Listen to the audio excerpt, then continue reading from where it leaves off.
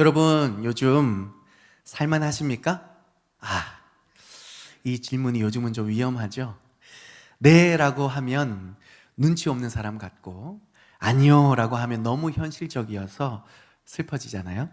그러니까 바꿔서 이렇게 여쭤보겠습니다. 요즘 여러분 잘 버티고 계십니까? 이건 다들 공감하시죠? 아침에 눈 뜨고 출근하고 돈 벌고 밥 먹고 사람 만나고 일하고 퇴근하고 하루가 어떻게 가는지도 모르고 지나고 있는데 막상 돌아보면 이게 사는 건가 싶을 때가 있습니다. 그렇다고 포기할 수는 없죠. 그러니까 우리는 버티는 겁니다. 그런데 여러분 그거 아세요? 울면서 버티나 웃으면서 버티나 매일 하루는 지나간다라는 겁니다. 그래서 기왕 버틸 거면 기왕 사는 김에 웃으면서 살아갈 수 있기를 바랍니다. 그런데 문제는 이게 말처럼 쉽냐는 거예요. 웃자 해서 하하하 웃으면 이제 대한민국에서 힘든 사람 한 명도 없을 겁니다. 그렇죠? 진짜 웃으려면 속이 충만해야 하거든요. 그런데 우리는 지금 충만하기는커녕 텅 비어 있고 지쳐 있고 공허하고 있습니다. 그럼 다시 물어볼게요. 우리는 왜 이렇게 허전하고 뭔가 부족하고 버티는 것만으로 하루하루를 보내야만 할까요? 그런데 성경은 말합니다. 너희는 원래부터 충만한 존재였다. 할렐루야. 창세기 1장을 보면 하나님이 사람을 창조하시고 뭐라고 하셨습니까? 심히 좋았더라. 지난주 설교 한번 기억해 볼까요? 심히 좋았더라는 게 무슨 뜻이었다고요? 더 이상 손댈 것이 없는 완벽한 존재라는 것이죠. 하나님이 지으시면서 정말로 감탄을 맞이 않는, 이야, 이건 진짜 완벽하다. 이건 최고다. 라고 감탄을 맞이 아니하시는 걸작품이 우리 한 사람 한 사람인 줄 믿습니다. 그래서 이들이 살아가는 삶은 부족함도 없고 공허함도 없고 걱정도 없고 삶이 행복 그 자체였습니다. 믿어지십니까? 그런데 지금 우리는 왜 이렇게 힘들고 공허할까요? 그 이유는 딱 하나. 죄 때문입니다. 죄는 단순히 나쁜 짓이 아니라 우리 안에 충만함을 마비시키는 치명적인 독입니다. 원래 우리는 하나님과 함께하는 기쁨 안에서 살아가도록 지어졌는데 죄가 들어오면서 그 기쁨이 산산조각 난 것입니다. 그래서 우리는 늘 무언가를 찾습니다. 돈이면 될까? 사람이면 될까? 성공이면 될까? 그런데 여러분, 돈이 많아지면 진짜 행복할까요? 원하는 걸 다 이루면 더 이상 허전하지 않을까요? 인정받으면 내 안에 불안이 사라질까요? 아니요. 살아보니 그렇지 않더라고요. 다 가져도 우리는 여전히 뭔가 채워지지 않는 그 무언가를 느끼며 살아가고 있습니다. 왜냐하면 진짜 충만은 세상이 주는 것이 아니라 오직 하나님만이 주실 수 있기 때문입니다. 따라서 사랑하는 성도 여러분, 우리는 예수 그리스도의 피값으로 다시 사는 인생인 줄 믿습니다. 그렇다면 기왕 사는 김에 그의 피값으로 구원받은 인생이기에 웃으면서 살아가야 되지 않겠습니까? 그것이 바로 주님이 우리에게 계획하신, 허락하신 충만한 삶임을 믿음으로 받으실 수 있기를 바랍니다. 오늘 우리는 창세기 3장의 내용을 통해서 죄의 실체가 무엇인지, 죄가 우리의 충만함을 어떻게 깨뜨리고 있는지, 그리고 다시 충만함을 회복할 길이 무엇인지를 말씀 속에 함께 나누기를 원합니다. 여러분, 오늘 이 말씀을 들으면서 스스로에게 질문해 보세요. 나는 지금 어디서 충만함을 찾고 있는가? 정말 나를 채우는 것이 무엇인가? 그리고 이 자리에서 하나님이 주시는 진짜 충만한 삶으로 나아갈 수 있는 올바른 결단이, 믿음의 결단이 설 수 있기를 바랍니다. 자, 이제 본문으로 들어가 봅시다. 여러분, 먼저 이런 질문이 필요합니다. 죄가 뭡니까? 모든 사람들이 대개 이렇게 죄가 뭐냐고 물으면 나쁜 짓 하는 거예요 라고 대답합니다. 도둑질, 거짓말, 남한테 피해 주는 거. 맞습니다. 나쁜 거죠. 죄는 이렇게 나쁜 겁니다. 그런데 성경은 조금 더 근본적으로 말씀해 주고 계십니다. 한마디로 정리하면 이겁니다. 좀 따라해 보겠습니다. 하나님을 떠나 내 마음대로 사는 거. 자, 죄가 뭐라고요? 네, 이것이 성경이 정의하는 죄입니다. 죄는 단순한 행동이 아니라 삶의 방향이 어긋나는 거예요. 화살이 관역을 비껴가듯 인간도 하나님 없이 제멋대로 살면 결국 빗나가는, 헛물켜는 인생이 되는 것이죠. 이 세상은 하나님이 말씀으로 창조하셨어요. 말씀으로 질서를 세워놓으셨어요. 아멘이십니까? 그래서 우리는 그 하나님 안에 있을 때에 가장 아름다운 존재로 살아갈 수 있게 되는 것입니다. 그런데 그 기쁨의 근원 되신 하나님을 떠나면요, 우리 인생이 좋을 수가 없는 겁니다. 여러분 기억하세요? 죄는 나쁜 겁니다. 그 중에 제일 나쁜 게 뭔지 아세요? 복의 근원 되신 하나님을 떠나는 것. 우리 인생 가운데 이처럼 악한 일이 없는 겁니다. 이제 죄가 우리의 삶에서 얼마나 치명적인 결과를 가져오는지 살펴보기를 원합니다. 여러분, 죄를 하나님을 떠나 내 마음대로 사는 것이라고 정의했습니다. 그러면 이제 질문 하나를 드릴게요. 죄가 그렇게 심각한가? 내 마음대로 살면 좀 어때서? 솔직히 우리는 죄를 이렇게 가볍게 여기는 경향이 있습니다. 내가 뭐 큰 죄 졌나? 살인을 했어, 도둑질을 했어. 다들 그렇게 사는데 내 뜻대로 사는 게 그게 대수야? 이렇게 그렇게 뭐라 할 거야? 라고 우리가 생각할 수 있습니다. 하지만 성경을 보면요, 이러한 죄가 단순히 잘못된 행동 몇 가지가 아니라 우리의 삶을 송두리째 흔들어 놓는 치명적인 바이러스로 작용하고 있다는 것을 오늘 본문에서 분명히 말씀해 주고 계세요. 죄가 들어오면 우리 안에 충만이 무너지고 삶이 엉망이 되어갑니다. 3장의 흐름을 따라 몇 가지 알려드릴게요. 첫째, 죄는요, 하나님과의 관계를 깨뜨립니다. 죄가 들어오자 가장 먼저 무너진 게 뭔지 아세요? 아담과 하와, 하나님과의 관계입니다. 아담과 하와가 선악과를 먹은 후에 어떤 일이 벌어집니까? 평소에는요, 하나님과 동산을 함께 거닐면서 하나님의 음성이 들리면 쏜살같이 달려나와서 하나님 저 여기 있어요 했던 아담이었습니다. 그런데 선악을 알게 하는 나무의 열매를 먹게 되자 제일 먼저 뭘 해요? 하나님의 음성이 들리는데 피합니다. 숨습니다. 그러므로 인해서 하나님과 함께 즐기던 그 기쁨, 소중한 추억들이 사라져버리게 된 것이죠. 여러분, 죄를 지으면요, 기도가 안 나옵니다. 안 나올 수밖에 없습니다.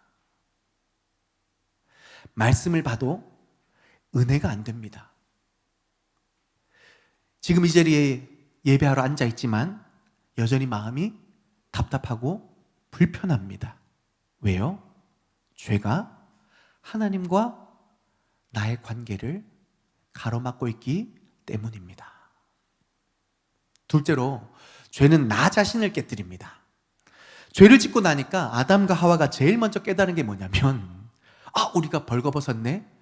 이게 이렇게 부끄러운 일이었구나 라는 것을 깨달아 버립니다. 제가 들어오기 전까지는 벌거벗었어도 전혀 부끄러워하지 않았습니다. 그런데 이제는 어떻습니까? 우리가 벗고 있었어? 이렇게 창피한 거였어? 급하게 무화과 나무 잎을 엮어서 가리기 바쁜 그들의 모습을 발견하게 되죠. 이게 무슨 의미일까요? 죄는 우리 존재 자체를 불안하게 만듭니다. 괜히 남들 앞에서 내가 작아 보이게 만들고 자꾸 비교하게 되고 내가 뭔가 부족한 것 같고 내 정체성이 흔들리고 자기 자신이 그래서 싫어지게 만듭니다. 여러분, 자존감이 낮아지는 것도 결국은 근본적으로 죄의 영향입니다. 왜냐하면 죄는 내가 누구인지를 헷갈리게 만들기 때문이에요. 원래 우리는 하나님의 형상으로 창조된 더 이상 손댈 것이 없는 완벽한 존귀한 존재로 지어졌습니다. 그런데 죄가 그것을 부끄럽게 만든 것이죠. 그래서 결국 우리는 더 나은 사람이 되려고 애쓰고 남들에게 인정받으려고 그렇게 아등바등 살아가는 것입니다. 더 많이 가져야 한다라는 강박 속에서 우리가 살아가고 있는 것이죠. 죄 때문입니다. 또 죄는 사람과 사람 사이를 깨뜨립니다. 하나님이 아담에게 묻습니다. 너 왜 그렇게 숨어 있어? 너 왜 그래? 왜 그랬니? 하나님이 물으실 때 아담이 뭐라고 얘기합니까? 하나님이 주신 이 여자 때문입니다. 내 탓이오가 아니라 전형적으로 내 탓이오가 아니라 남 탓이오, 관계 깨뜨리는 전형적인 모습이죠. 하와야 넌 왜 그랬니? 라고 하니까 뱀 새끼 때문입니다 라고 핑계를 대는 거죠. 여러분, 이게 아담과 하와만의 이야기입니까? 우리의 이야기예요. 우리 집 이야기는 아닌데 흔히 있는 예를 들면 이런 겁니다. 남편이 열심히 설거지를 했어요. 그런데 설거지를 보고 난 아내가 아니 여보, 설거지 이렇게 하면 어떡해? 기름때 그대로 남아있잖아 라고 따져 묻기 시작했습니다. 그럴 때 가정의 평화를 아는 지혜로운 남편은 내 탓이요 하면 다시 하면 돼요. 아 그랬어? 다시 하면 돼요. 그런데 남편이 뭐라고 얘기했냐면 무슨 소리야? 내가 얼마나 열심히 했는데 나만큼 설거지 잘하는 사람이 나오라 그래. 당당하게 외쳤지만 증거를 꺼내죠. 이 기름기 이거 어떡할 거야? 이걸 잘했다고? 라고 말합니다. 그러면 미안해라고 하면 끝나는데 뭐라고 얘기해요? 보니까 수세미가 문제네. 수세미가 들어와서 내가 이렇게 애쓴 게 이게 다 엉망이 된 거네. 이거 누구 잘못입니까? 잘못한 사람은 없어요. 깨진 관계만 있을 뿐이지. 죄는요, 문제의 본질을 헷갈리게 만들어요. 화해할 수 없게 만들어요. 그래서 사람과 사람 사이를 갈라놓습니다. 마지막으로 죄는요, 세상을 깨뜨립니다. 하나님이 죄에 대한 심판을 말씀하세요. 여자는 출산의 고통을 겪게 되고 남자는 땀을 흘려야 겨우 먹고 살게 되고 땅은 가시덤불을 내고 마침내 인간은 흙으로 돌아간다. 다 죽는다라는 거죠. 무슨 의미입니까? 죄는 우리의 삶을 이처럼 고통스럽게 한다라는 겁니다. 죄는 이 세상을 저주 아래 놓이게 한다라는 거예요. 원래 인간은 하나님의 다스림 아래에서 기쁨으로 살아가야 하는 존재였습니다. 그런데 죄가 들어오면서 우리의 삶이 버거워지고 관계는 어려워지고 세상은 이토록 거칠어지게 된 것입니다. 여러분, 죄가 가벼운 겁니까? 죄는 단순한 개인의 문제가 아니라 우리의 환경과 관계와 세상을 망가뜨리는 치명적인 독이라는 것을 우리는 깊이 깨닫고 경계할 수 있어야 됩니다. 그렇다면 우리는 중요한 질문 하나가 남았죠. 어떻게 이 죄의 문제를 해결하고 다시 충만한 삶으로 나아갈 수 있을까? 그냥 쉽게 생각하는 사람들은 이렇게 말할지도 모릅니다. 앞으로 안 그러면 되지. 정말 그럴까요? 앞으로 안 그러면 이 죄의 문제가 해결될까요? 아닙니다. 죄는 단순한 행동의 문제가 아니라고 말씀드렸어요. 뭐가 문제예요? 하나님을 떠난 거예요. 복을 공급해 주시고 은혜를 공급해 주시고 은혜를 공급해 주시는 그 자리를 내가 떠난 거예요. 그러니 내 스스로는 이 문제를 절대로 해결할 수 있다 없다? 없다. 하나님께 돌아가야 돼요. 복의 근원 되시는 은혜의 공급자 되시는 영원히 우리를 목마르지 않게 하시는 하나님께 돌아갈 때 이 죄의 문제가 해결될 수 있는 겁니다. 그렇다면 이 하나님 앞에 돌아가 충만한 삶을 누리기 위해 우리가 결단해야 될 두 가지 꼭 기억하셨으면 좋겠습니다. 첫째로, 하나님의 말씀을 끝까지 믿어야 합니다. 언제까지 믿어야 한다고요? 끝까지, 온전히 믿어야 합니다. 여러분, 죄는 한순간에 팍 터지는 폭발이 아닙니다. 죄는 우리 안에 서서히 스며들어서 우리의 믿음을 약하게 만들고 결국은 무참히 무너뜨리는 것이죠. 여러분, 믿음이 흔들리면 말씀이 희미해지고, 말씀이 희미해지면 우리의 삶의 기준이 흐려지고, 그 기준이 흐려지면 우리의 삶이 흐려지기 마련입니다. 무너진다라는 거죠. 이게 사탄의 전략입니다. 하나님의 말씀을 직접적으로 부정하지 않습니다. 대신 애매하게 만들어서 우리의 확신을 흐리게 만들어요. 3장의 첫 시작을 보십시오. 사단이 던진 첫 마디가 먹어라! 이렇게 말하지 않아요. 뭐라고 말합니까? 하나님이 정말 그렇게 말씀하셨어? 라고 의심을 갖게 만듭니다. 이 말에 하하의 확신이 흔들리는 것이죠. 여러분, 세상도 우리에게 늘 똑같은 이런 질문을 던집니다. 정말? 정직하게 사는 거 정말? 요즘 같은 세상에 바보짓 아니야? 11조? 이렇게 힘든데 차라리 그 돈 모아서 투자하는 게 낫지 않아? 주일 성수? 야, 너도 한 번쯤은 편하게 살아야 될 거 아니야.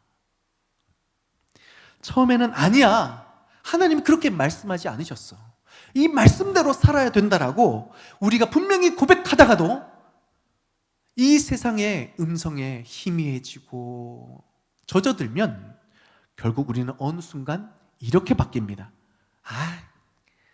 꼭 그렇게까지 해야 되나? 이 정도면 괜찮지 않나? 다들 이렇게 사는데 나만 너무 심각한 거 아닌가? 이렇게 마음이 바뀌어가기 시작하는 거예요. 그렇게 믿음이 흔들리고 삶이 흔들리기 시작하는 겁니다. 여러분, 한번 따라 하시겠습니다. 말씀이 흔들리면 내 삶도 흔들린다. 믿음이 약해지면 능력도 약해진다. 기준이 흐려지면 내 삶의 결론도 흐려진다. 아멘이십니까? 여러분, 믿음이 약해지면 우리가 감당할 수 없는 상황이 닥칠 때에 무너져요. 믿음이 약하면 기도할 힘도 사라지고 결단할 용기도 잃어버립니다. 그러나 믿음이 강하면 삶의 방향이 명확해지고 기도의 능력이 살아나고 어떤 상황 속에서도 하나님의 역사를 기대하면서 승리하는 삶으로 나아갈 수 있게 될 줄 믿습니다. 따라서 믿음이 단단한 사람은 위기가 와도 흔들리지 않습니다. 믿음이 강한 사람은 하나님께서 반드시 역사하실 것을 확신하기 때문입니다. 그러므로 여러분, 오늘 결단하십시오. 하나님의 말씀을 언제까지? 끝까지 붙들겠다. 흔들리는 세상 속에서도 나는 이 믿음을 지키겠다. 내가 말씀을 붙드는 한 하나님이 나를 붙잡아 주신다. 여러분, 이 믿음으로 고백할 수 있기를 바랍니다. 하나님이 분명히 우리를 도우시고 역사해 주실 줄 믿습니다. 둘째로요, 내가 하나님의 언약의 당사자가 되어야 합니다. 누가요? 내가요. 하나님의 언약의 당사자가 되어야 합니다. 여러분, 내가 하나님의 은혜의 당사자가 되지 않으면 우리는 또다시 죄에 걸려 넘어지기 십상입니다. 여러분, 신앙생활에 있어서 가장 중요한 것은 내가 하나님을 직접 만나는 것입니다. 단순히 교회를 다닌다고 해서, 예배에 참석한다고 해서 내가 하나님의 언약의 당사자가 되는 것이 아닙니다. 뱀이 왜 아담이 아니라 하와를 유혹했을까요? 하와는 하나님의 언약의 당사자가 아니었기 때문입니다. 전해 들은 거예요. 여러분, 전해 들은 믿음은 흔들립니다.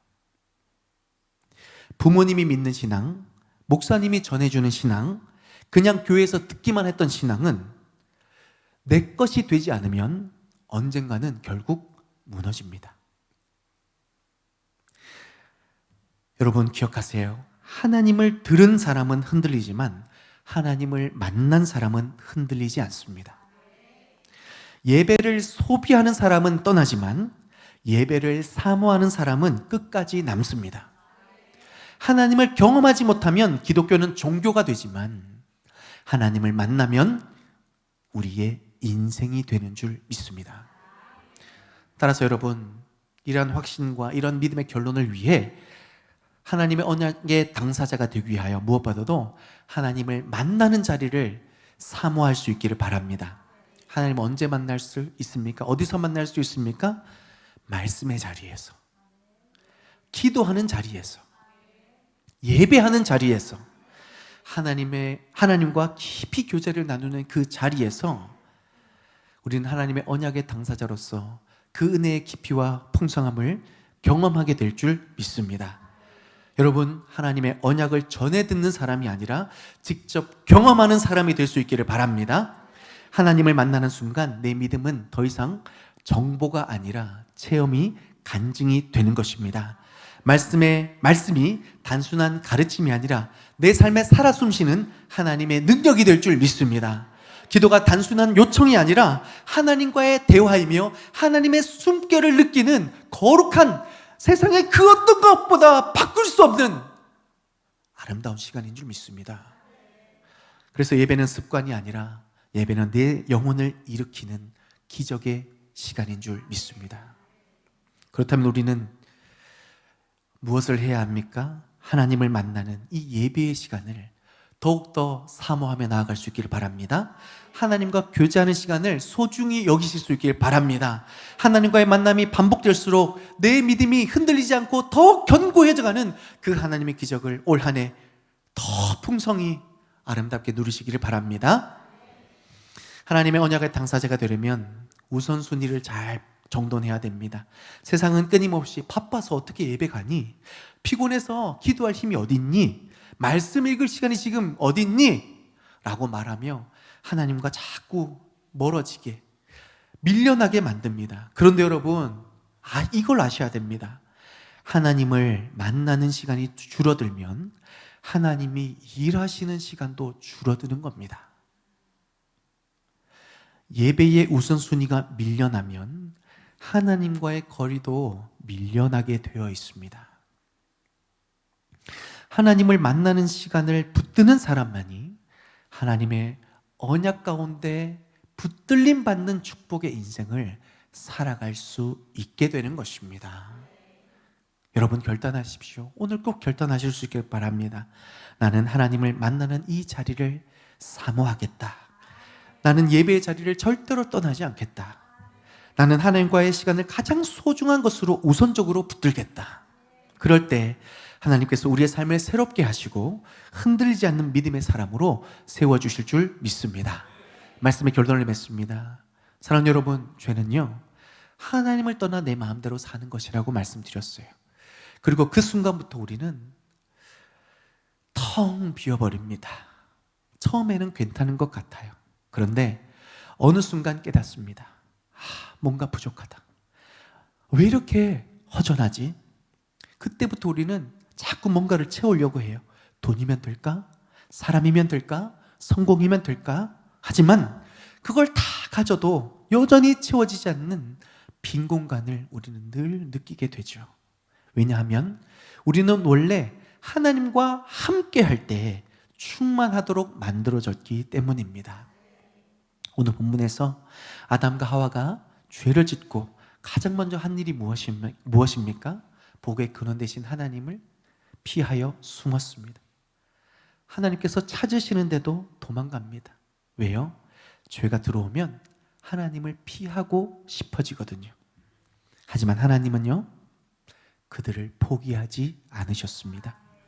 너가 어디 있느냐? 하나님이 몰라서 물으셨을까요? 아니죠. 어디 있는지 다 아셨지만 찾아오셔서 다시금 나아올 수 있도록 부르시는 것 아닙니까? 여러분, 우리도 그래요. 우리가 하나님을 떠났지만 하나님은 우리를 떠나시지 않는 줄 믿습니다. 우리가 넘어져도 또 돌아서도 하나님의 사랑은 결코 변하지 않습니다. 포기할 만도 한데 우리 하나님은 절대로 포기하지 않으십니다. 우리가 등을 돌려도 그 사랑은 여전히 우리를 향해 있는 줄 믿습니다. 그러니 우리는 돌아가야 합니다. 머뭇거리지 말고 더 늦기 전에 돌아가야 합니다. 죄가 우리를 넘어뜨렸다면 하나님의 사랑이 우리를 다시 일으켜 주실 줄 믿습니다. 우리가 스스로 해결할 수 없는 문제라면 하나님께서 해결해 주실 줄 믿고 돌아와야 합니다. 우리가 너무 멀리 와버린 것 같아도 하나님은 여전히 우리와 함께 하십니다. 여러분, 하나님의 사랑은 오래 참고 끝까지 기다립니다. 하나님은 우리가 다시 돌아오기를 지금도 기다리고 계십니다. 우리가 세상의 사랑에 실망해도, 관계 속에서 상처받아도, 실패하고 주저앉아도 하나님은 여전히 우리를 품어주십니다.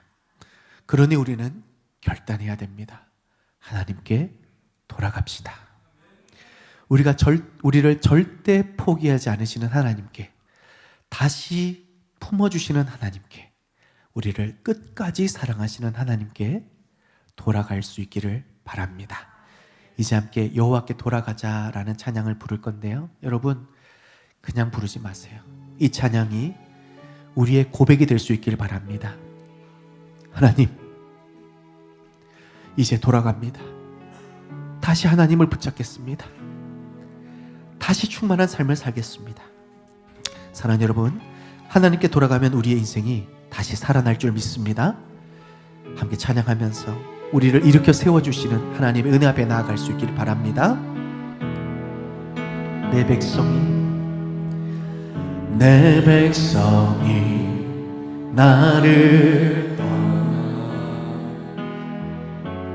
돌아섰지만 내 사랑이 내 백성을 포기 못하니 내 모든 것 내어주고 나 그들을 얻으리라. 여호와께 돌아가자. 우린 돌아서도 그는 변치 않네. 여호와께 돌아가자. 우린 넘어져도 그 사랑 영원하네.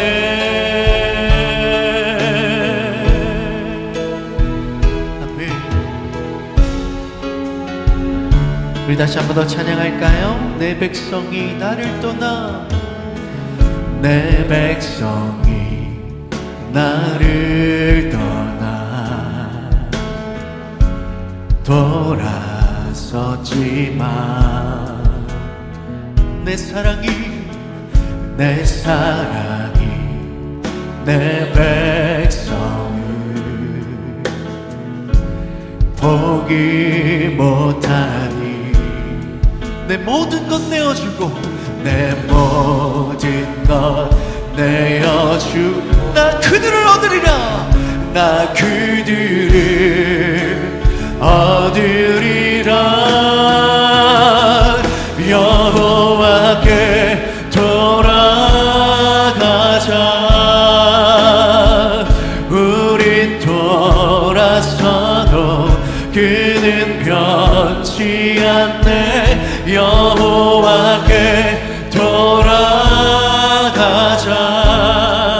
우린 넘어져도 그 사랑 여호와께 돌아갑시다. 여호와께 돌아가자.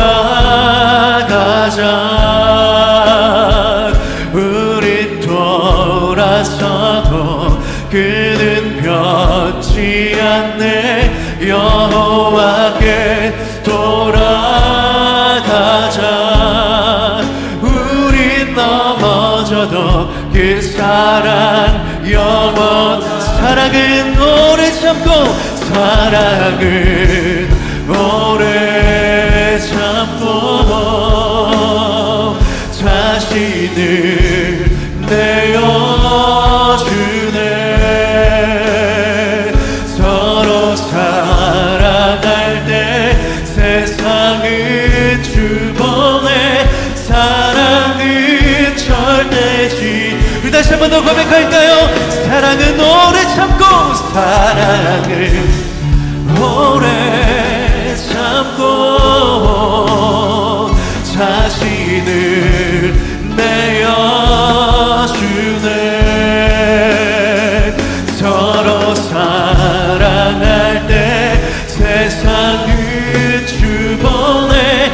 사랑은 결코 지지 않네. 여호와께 돌아가자.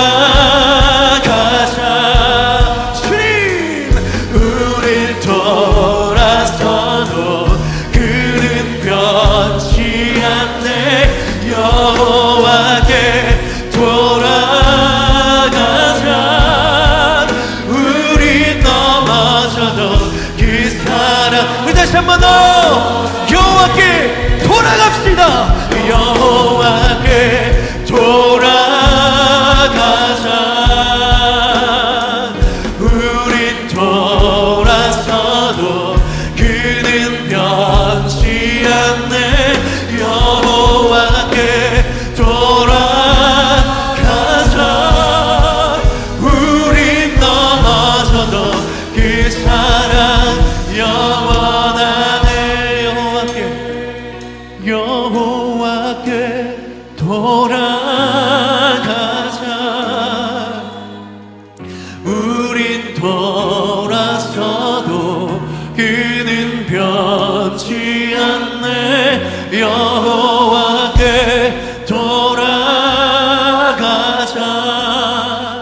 우린 넘어져도 그 사랑 영원하네.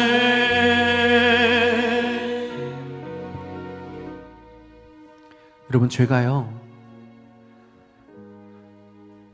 더 이상 손댈 것 없는 완벽한 우리 존재를 무너뜨렸습니다.